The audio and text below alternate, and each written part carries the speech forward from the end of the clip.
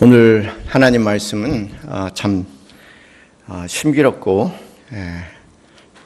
은혜로운 말씀입니다. 사랑하는 성도님들, 우리가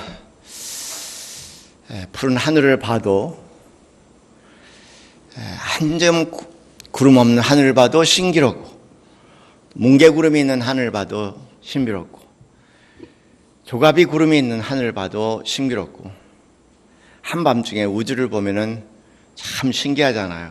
참 신비롭고 신기하고 경이롭습니다. 당연히 우주를 연구하는 진짜 학자들은 그런 경이로움과 신비로움에 취해서 빠져들어가는 사람이 저는 진짜 학자라고 생각을 합니다. 동물을 연구하는 학자든 식물을 연구하는 학자든 작은 곤충과 미물을 연구하는 학자든 진짜 학자는 그 세계의 신비로움과 경이로움에 온통 몰입되는 사람이죠.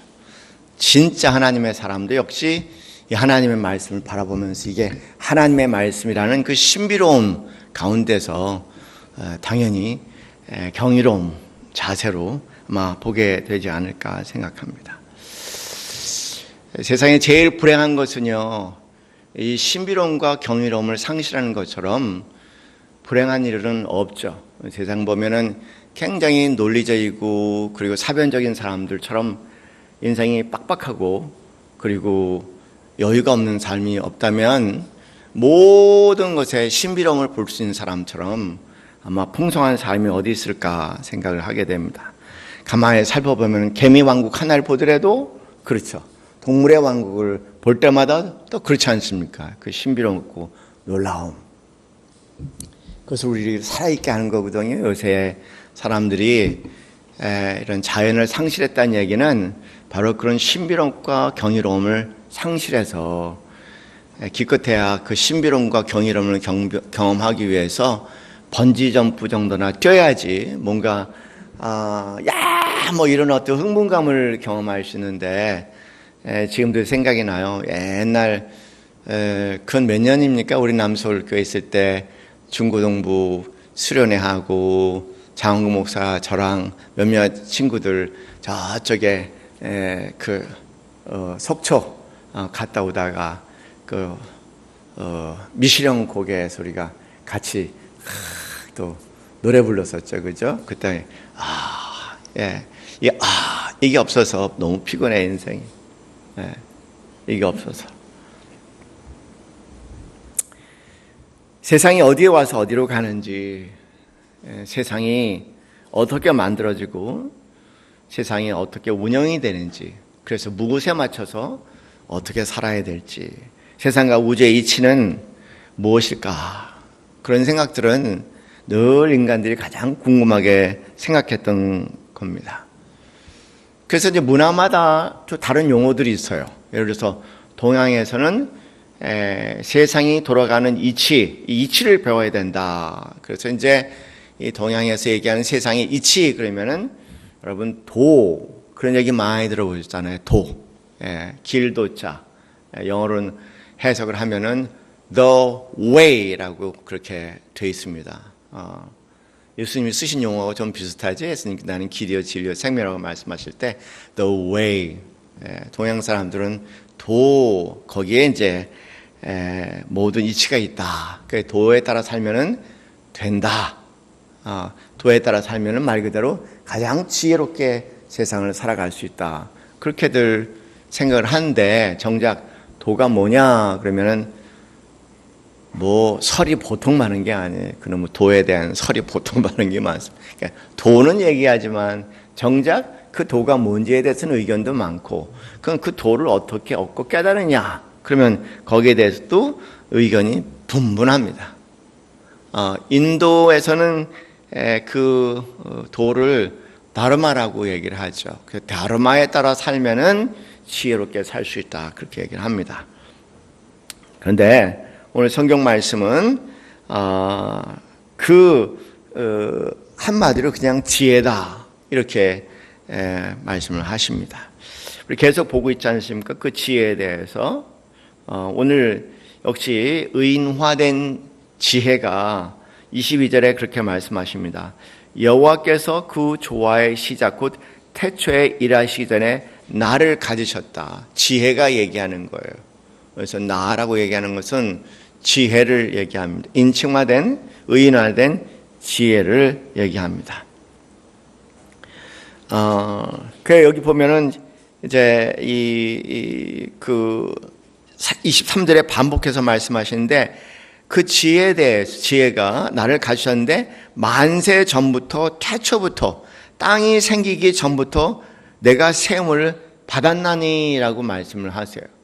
그러니까 여기 나와 있는 이 지혜는 우리가 흔히 생각하는 그런 지혜가 아니죠. 늘 제가 말씀드렸지만은 인간이 경험하는 시간은 창조된 시간이라고 말씀을 드렸잖아요. 계속요. 닐라이프도 말씀드렸고 설교 때도 말씀드렸고 우리가 알고 있는 시간이라고 얘기하는 것은 영원히 존재했던 것은 아니고 공간과 시간은 함께 공존하기 때문에 하나님께서 만물을 창조하실 때 모든 피조물을 창조하실 때 그 안에 시간성이라는 것을 동시에 함께 만드신 겁니다. 근데 보는 말씀 보면은 그런 것들이 있기 전에 내가 있었다고 지혜가 얘기를 하는 거죠. 그런 것들이 있기 전에 더 나아가서 24절 말씀에 계속해서 얘기합니다. 아직 바다가 생기지 아니하였고 큰 샘들이 있기 전에 내가 이미 났으며 그렇게 얘기를 하세요. 그건 이제 이 당시에 사람들이 가지고 있는 세계관입니다. 오늘 우리가 생각하는 세계관과 그다음에 이 당시에 이 사람들이 가지고 있는 세계관은 달라요. 흔히 얘기해서 이제 우주관이 다른 거죠. 여러분 성경 용어로 보면 가끔가다 삼층천이라는 게 나오거든요.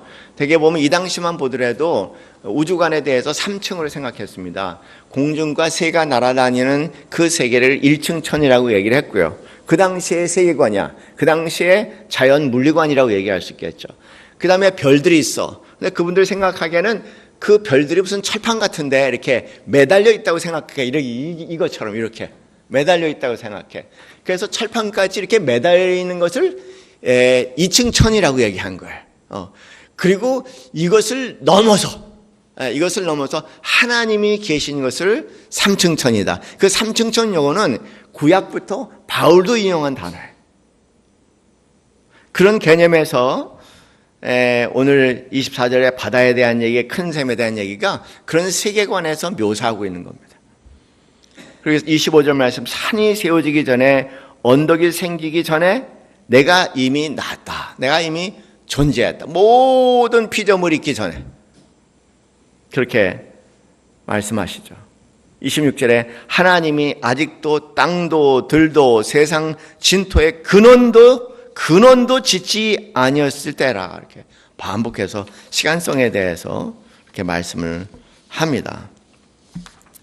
더 나아가서 그가 위로 구름 하늘을 견고하게 하시며 바다의 샘들 힘있게 하시며 바다의 한계를 정하여 물이 명령을 거스르지 못하게 하시며 또 땅의 기초를 정하실 때 내가 그 곁에 있어서 이렇게 내가 그 하나님께서 그 모든 것을 창조하고 계셨을 때 그 지혜가 뭐라고 하냐면 내가 그 곁에 있어서 창조자 되어 날마다 그의 기뻐하신 바 되었으며 항상 그 앞에 즐거워했다. 그러니까 창조자가 되었고요.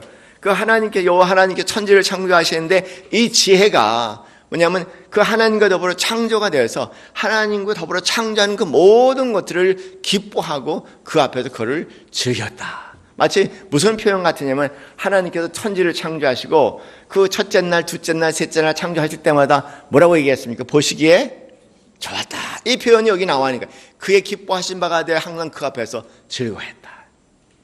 하나님이 창조하신 옆에서 같이 창조자가 되어서 하나님이 창조하시는 것을 즐기고 함께 기뻐했다. 그렇게 계속 좀 이야기를 하고 있죠. 31점에 사람이 거처할 땅에 즐거워하며 인자들을 기뻐하였느니라 이렇게 말씀을 하십니다. 여러분이 신학적으로 이 본문의 말씀을 이 30절부터 22절부터 이 31절까지의 말씀을 뭐라고 해야 하냐면 지혜의 선제성이라는 표현을 씁니다. 신학자들이 쓰는 용어가 지혜의 선제성. 이 얘기는 뭐냐면 지혜가 우리 인간들이 얘기하는 이런 지혜가 있기 전에, 인간이 있기 전에, 그리고 전 우주가 있기 전에 이미 존재했다. 그런 지혜를 얘기하는 겁니다. 그래서 이 지혜는 특별한 지혜로서 그 지혜의 선제성이다. 아주 특별한 지혜. 우리가 얘기하는 인간의 지혜하고는 전혀 구별되는 그런 지혜를 언급을 하고 있죠. 천지 만물이 창조되기 이전부터 존재한 그 지혜를 이야기를 합니다. 그리고 모든 창조된 것도 순종하고, 그리고 우주의 모든 질서도 그 밑에 순종하는 그런 그 지혜의 선제성에 대한 얘기를 하고 있습니다. 성경학자들 사이에 도대체 이 선제적 지혜, 이 선제적 지혜는 도대체 뭐냐라는 거에 대해서 성경학자들이 오랫동안 토론이 있는 대개 두 가지를 얘기를 합니다. 하나는 뭐냐면 하나님의 속성 그 자체를 얘기한다. 예를 들어서 제가 만약에 하나님이라면은 제 안에 모든 것을 만들어가고 모든 것을 움직이게 하는 그 하나님의 그 속성이 있지 않습니까? 그게 속성입니다. 그렇게 이야기하시는 분이 있고, 어떤 분은 하나님 그 자체다. 이렇게 이야기하는 분도 있습니다. 네, 똑같이 그래서 하나님의 속성이든 하나님 그 자체이든 대부분 학자들이 동의하는 것은 뭐냐면 성삼일체, 성부, 성자, 성신의 성삼일체의 두 번째 대신 성부, 성자 예수 그리스도를 얘기한다는 거예요. 구약에 나타난 예수 그리스도를 얘기한다는 겁니다. 여러분, 이 말씀이 가만히 살펴보면 이 말씀은 굉장히 근접한 말씀이 있어요. 요한복음 1장 1절부터 3절까지 말씀 연상되지 않습니까? 이 말씀이 태초에 말씀이 계시니라. 이 말씀이 하나님과 함께 계셨으니 이 말씀은 곧 하나님이시라. 그가 태초에 하나님과 함께 계셨고 만물이 그로 말미암아 지은 바 되었나니 지은 것이 하나도 그가 없이 된 것이 없느니라. 이 말씀이 여기에 그대로 에코가 되는 거예요. 반영이 되는 겁니다. 그래서 여기 나와 있는 지혜의 그 선제성, 이 지혜는 특별한 지혜로 바로 구약에 나타나는 예수 그리스도다. 그렇지 않아도 고린도전서 1장 24절 말씀 보면은요, 유대인에게나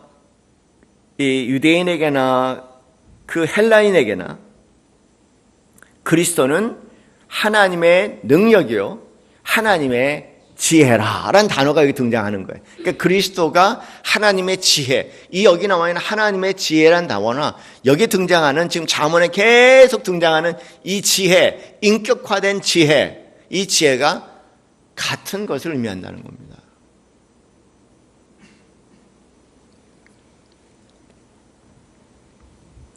흥미로운 것은요,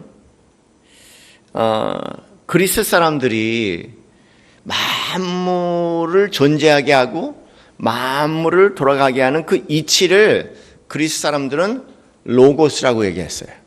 들어보셨죠? 그죠? 교회에서 자주 사용하는 용어입니다. 그런데 흥미로운 것은요, 이 양반들이 만물을 존재하게 되고 만물이 돌아가게 하는 그 이치를 로고스라고 이름을 붙이자 그랬어. 근데 정작 로고스가 뭔지는 몰라. 그냥 그런 거 있지 않습니까? 이름을 붙이자. 이름을 붙이고 한번 생각해보자. 그게 무엇인지. 그래서 이름을 로고스라고 붙였는데 로고스가 뭔지도 모르고, 더 나아가서 로고스를 어떻게 알 수 있는지도 모르고, 그 로고스를 어떻게 소유할 수 있는지도 모르죠. 그러니까 그리스 철학을 보면은 로고스에 대한 연구가 근 3000년에 진행되지만 실제로 그 로고스가 뭔지에 대해서는 학파마다 다른 생각을 가지고 있어. 근데 흥미로운 것은 여러분 아시잖아요. 이 로고스라는 단어가 헬라의 전문 용어인데, 헬라인들의 그리스인 철학자들의 전문 용어인데, 그런데 로고스라는 단어가 성경에 300번이나 등장을 하는 거죠. 특별히 요한복음은 말씀이라는 단어가 등장할 때마다 다 로고스라는 단어의 해석이라는 겁니다. 그럼 도대체 어떻게 해서 그렇게 됐을까? 역사적인 배경을 저희가 좀 알아야 될 거예요. 어떻게 해서 그렇게 됐을까? 그 이스라엘 역사는요, 기구해요. 아주 복잡해. 나라가 생겼다, 없어졌다, 생겼다, 없어졌다. 파란만장한 신기한 나라입니다. 아직도 그 나라가 있다는 건 정말 인류 역사에 있을 수 없는 얘기입니다. 특히 예수님 오시기 전에 400년 동안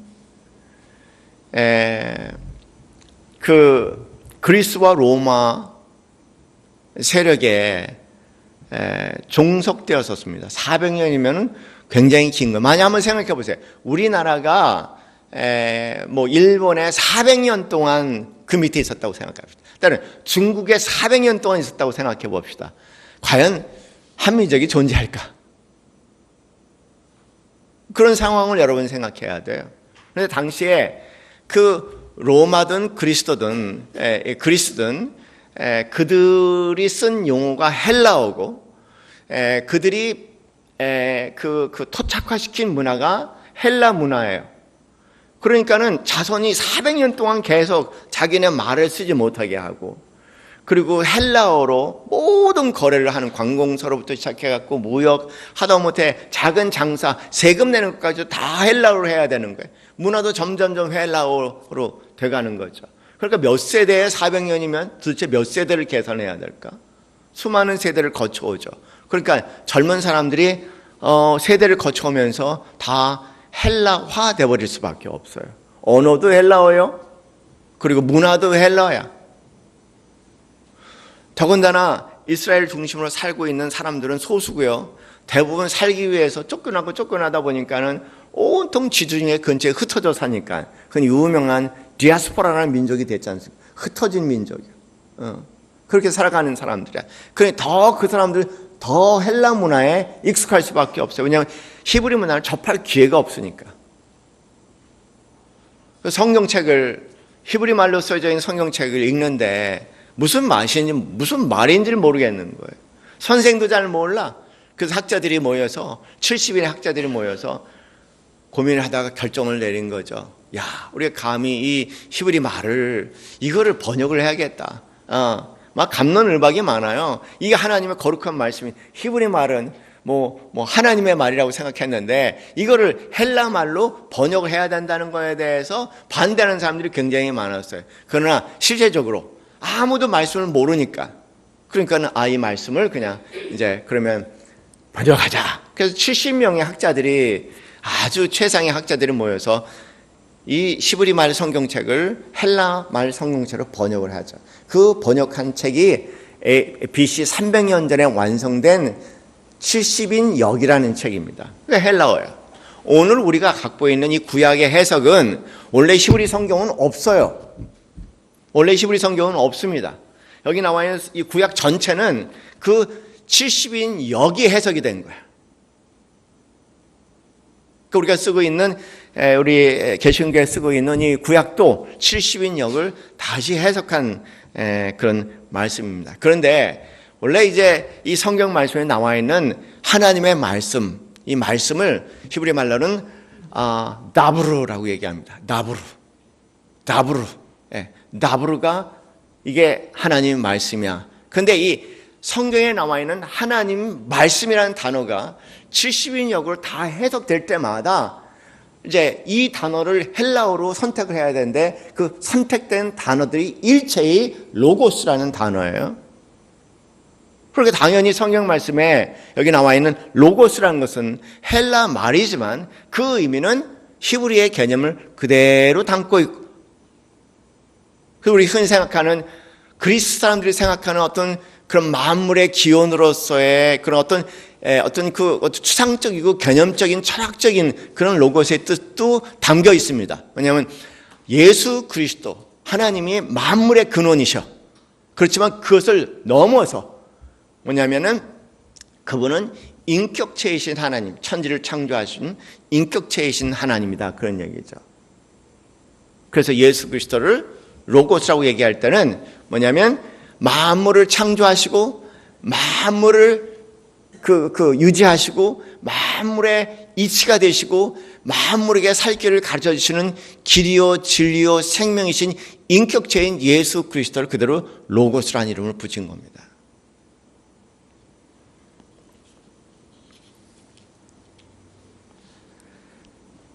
그러면서 오늘 한번 우리가 그렇게 생각하면요, 우리가 이제까지 지금 잠언 말씀을 1장부터 계속 여기까지 오고 있는데, 여러분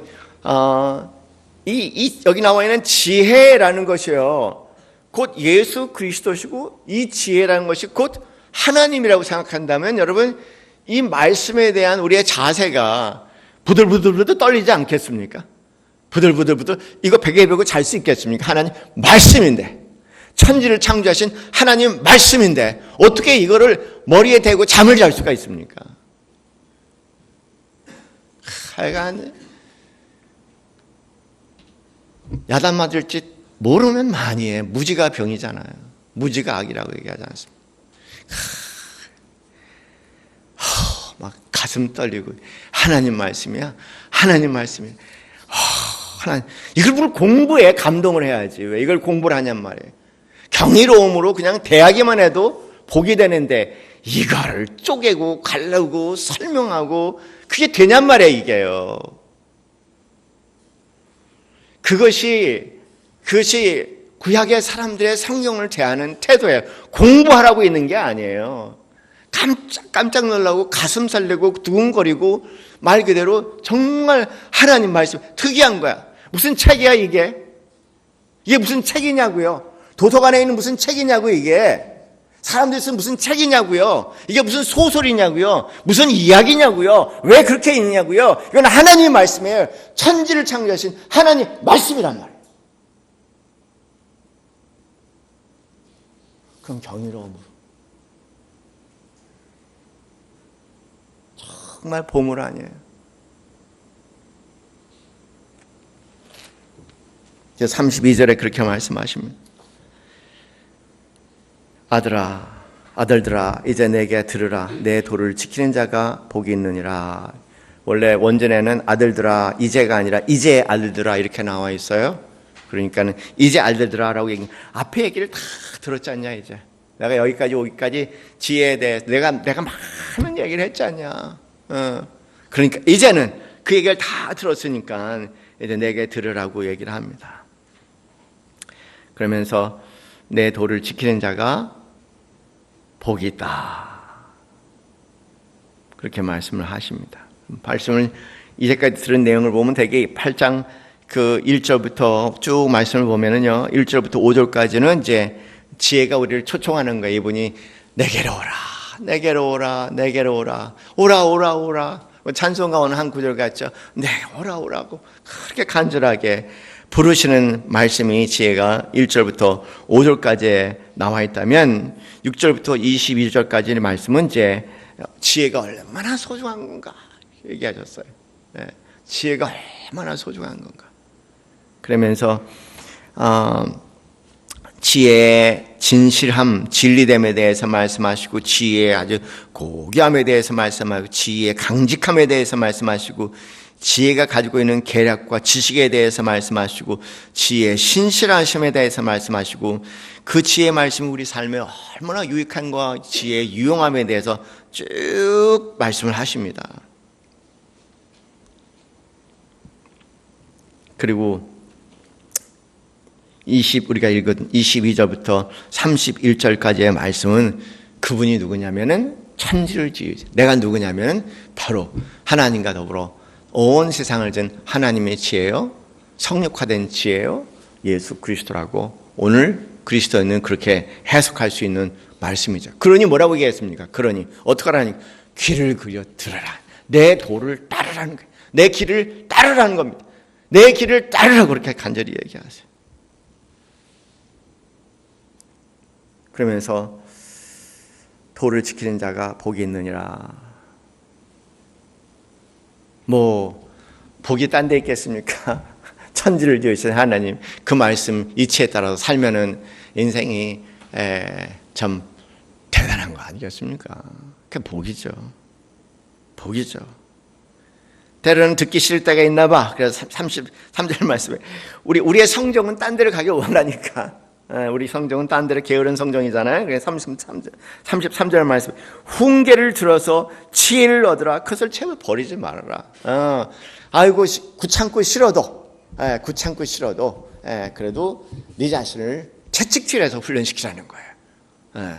채찍질해서 들어라. 제발 하나님 말씀 붙잡고, 사람들 하는 말로 나를 채찍질하지 말고, 내 생각으로 나를 채찍질하지 말고, 사람들이 주워 들은 걸 나를 자꾸만 채찍하고 훈계하지 말고, 하나님 말씀으로 지혜로 예수 그리스도로 나를 세우라는 겁니다.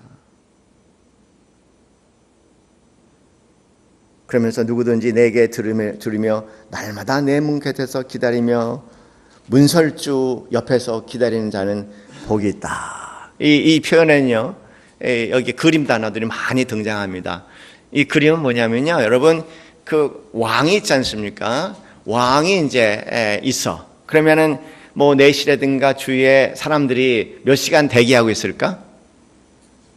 24시간 대기하고 있잖아. 순번을 가면서 이리 오너라. 그러면은 그냥 내 시작 때 달려오지 않습니까? 그 표현이에요, 여기는. 그렇게 기쁨, 나를 부르시니, 왕이 나를 부르시니 기쁜 마음으로 달려가라. 그런 마음으로.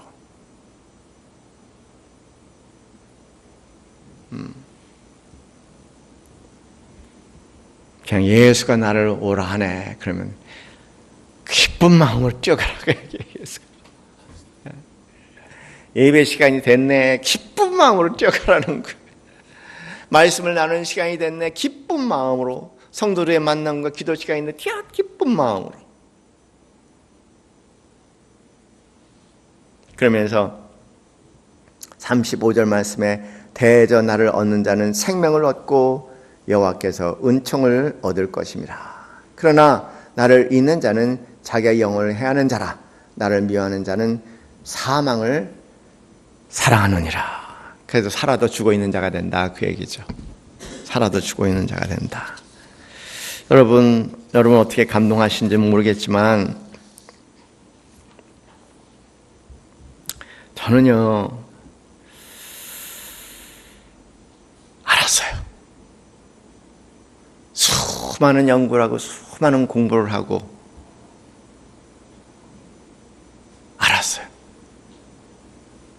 공부를 안 했으면은 모를 수 있는 것을 알았어요. 공부 한 살만이 깨달은 것을 깨달았어요. 눈에 진물이 나도록 책을 읽어대고 눈물이 진물이 나도록 연구를 해낸 사람만이 아는 거 하나 알았어요. 그 하는 건 뭐냐면요, 이겁니다. 요한복음 14장 6절 말씀이에요. 예수께서 가라사대 나는 길이요 진리요 생명이니 나로 말미암지 않고는 아버지께 갈 자가 없느니라. 할렐루야. 정말이에요. 사랑하는 성도님들, 난 너무나 좋아. 너무나 감사해. 어쩌다가 이런 은혜가 나에게 있을 수 있을까?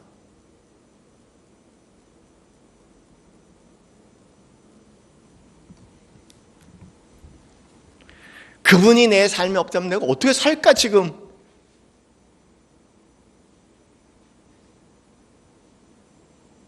더군다나 아까 읽어드린 고린도전서 1장 24절 말씀 보면 그리스도는 하나님의 능력이요 하나님의 지혜라고 얘기해.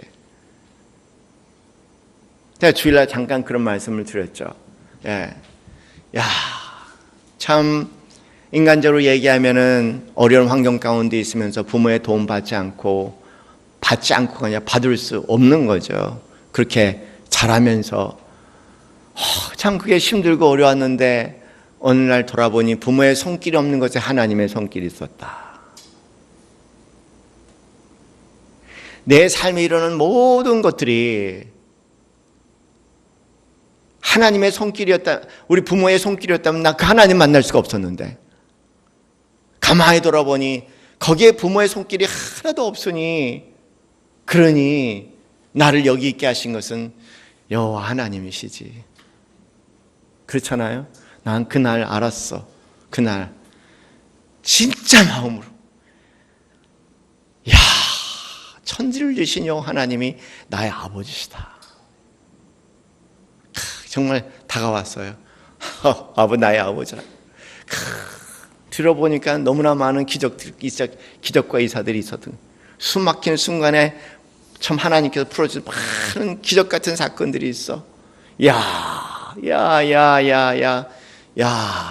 그러면서 돌아보는 게 그 여호와 하나님 나의 아버지뿐만 아니라 그 여호와 하나님 내 가슴에 딱 들어오니요, 온 세상을 얻은 자신감이 생기는 거죠.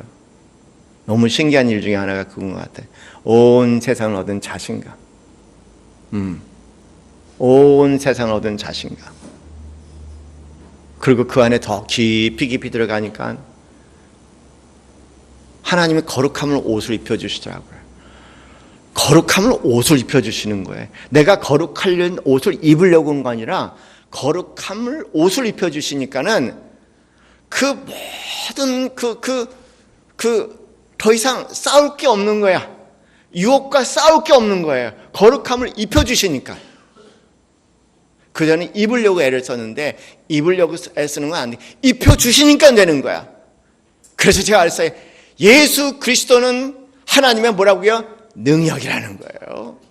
내가 거룩한 것이 아니라, 거룩하려고 하는 것이 아니라 그냥 거룩함에 옷 입어지니까 삶이 되는 거야.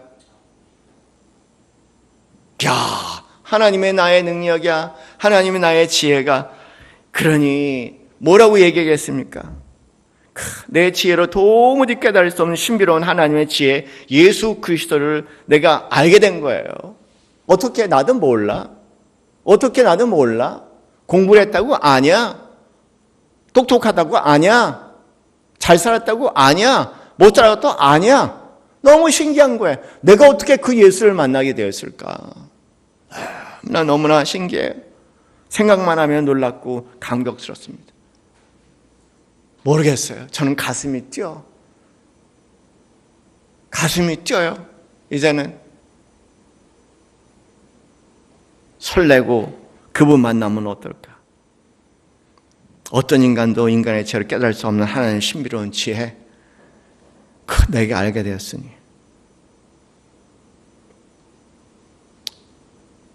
말씀이 능력이야.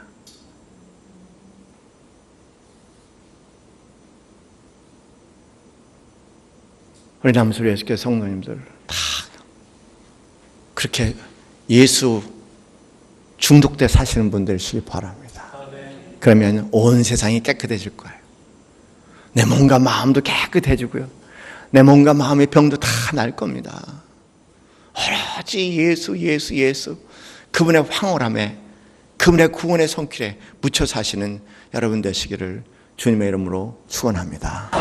기도하겠습니다.